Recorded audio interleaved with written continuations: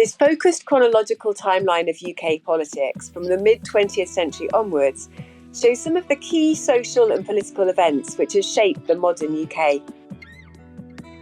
The first date we want to talk to is 1943, when the House of Commons was rebuilt in its traditional form.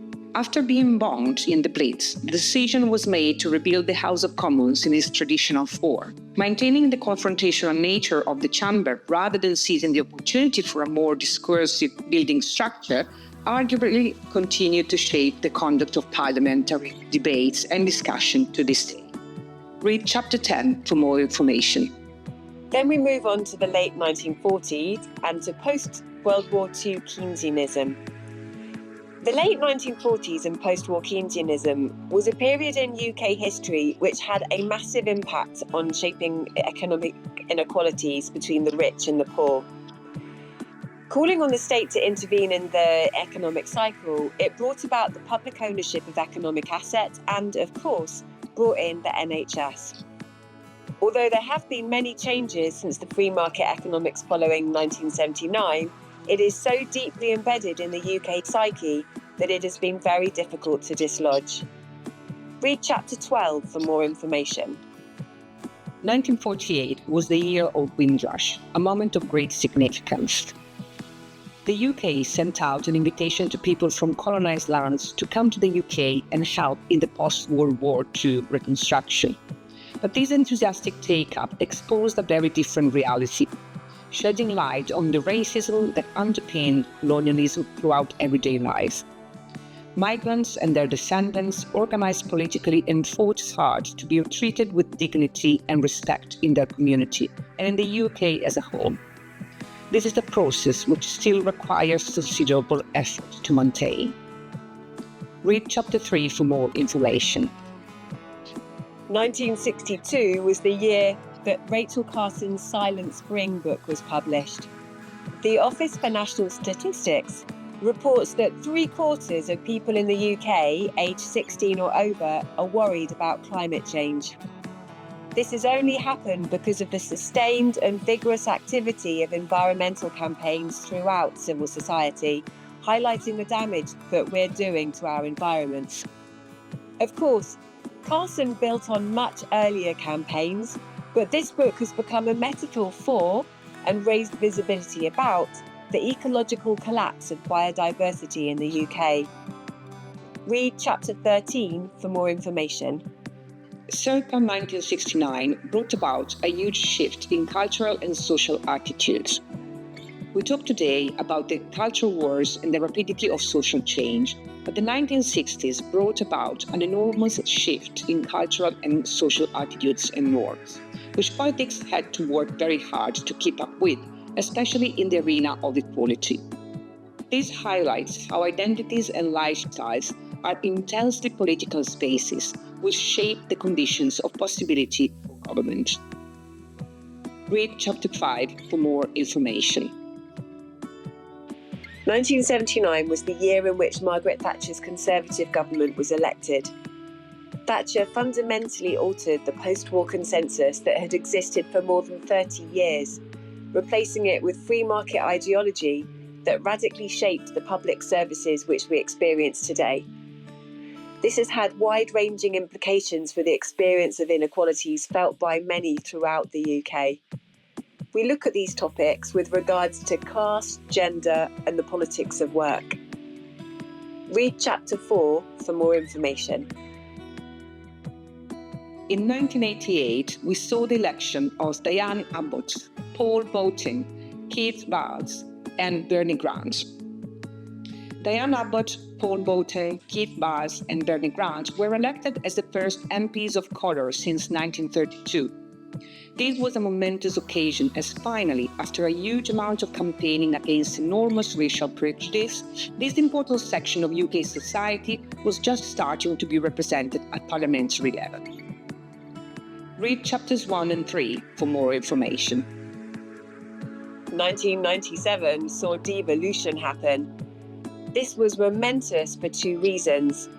First, it was the result of a process that had roots in civil society-based conventions finally giving Scotland and Wales, although to a lesser extent at the start, the ability to set their own policy agenda. More than this, setting up distinctively Scottish and Welsh institutions gave these two nations a political voice and strength of their own. Read Chapter 2 for more information. In 1998, the Good Friday Agreement was signed. When the Republic of Ireland won independence from English colonial, the agreement was that if the North of Ireland wanted to remain in the United Kingdom, they should be able to do so. This split the nation in two, which was the subject of bitter conflicts throughout the 20th century.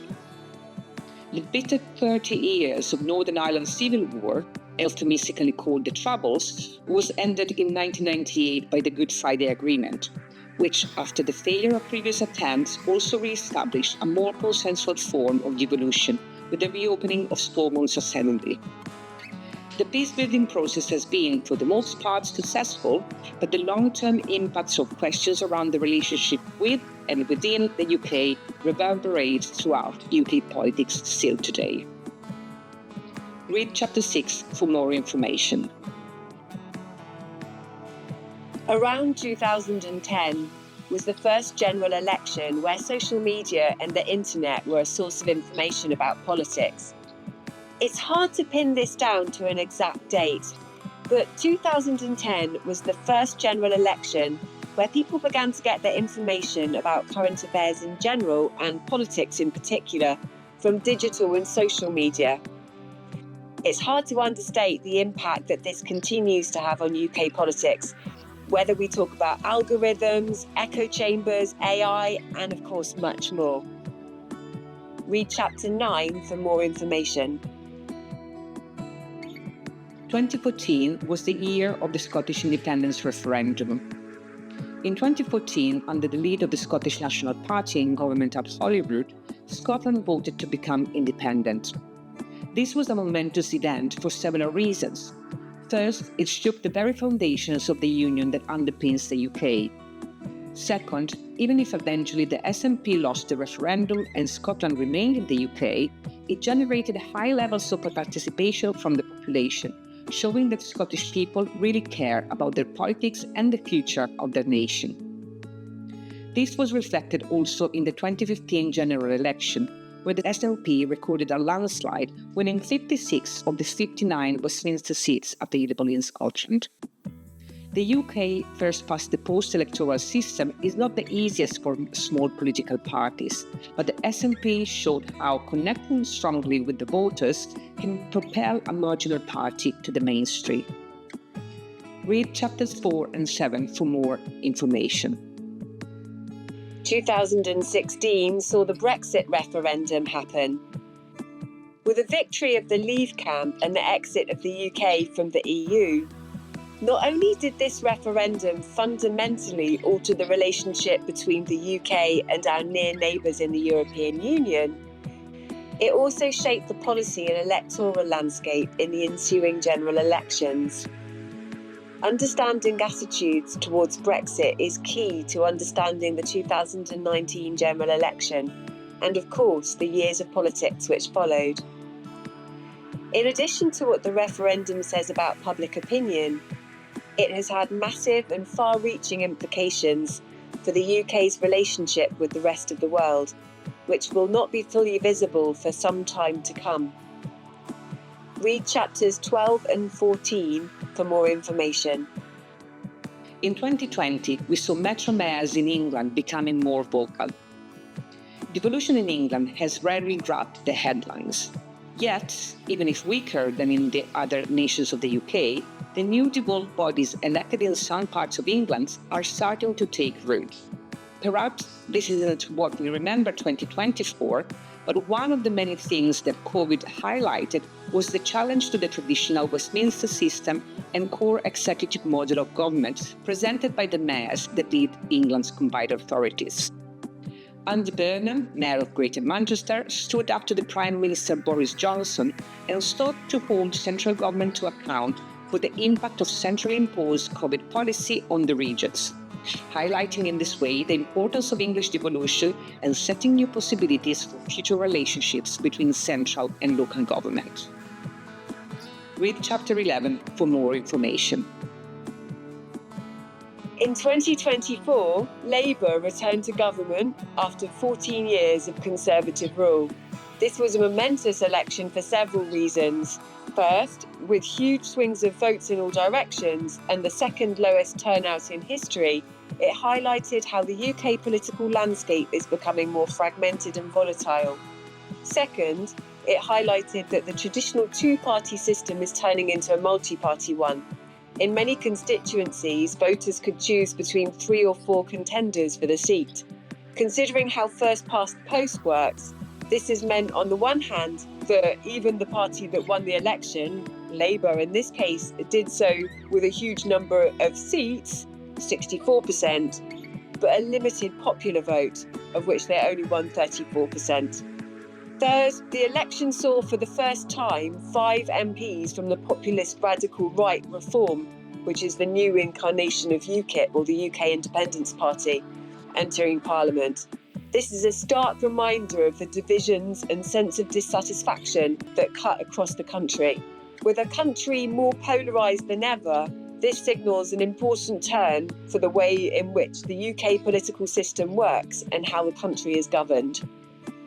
Our book's compelling call to action, that we all have the capacity to shape British politics every day, feels particularly relevant when describing the 2024 general election.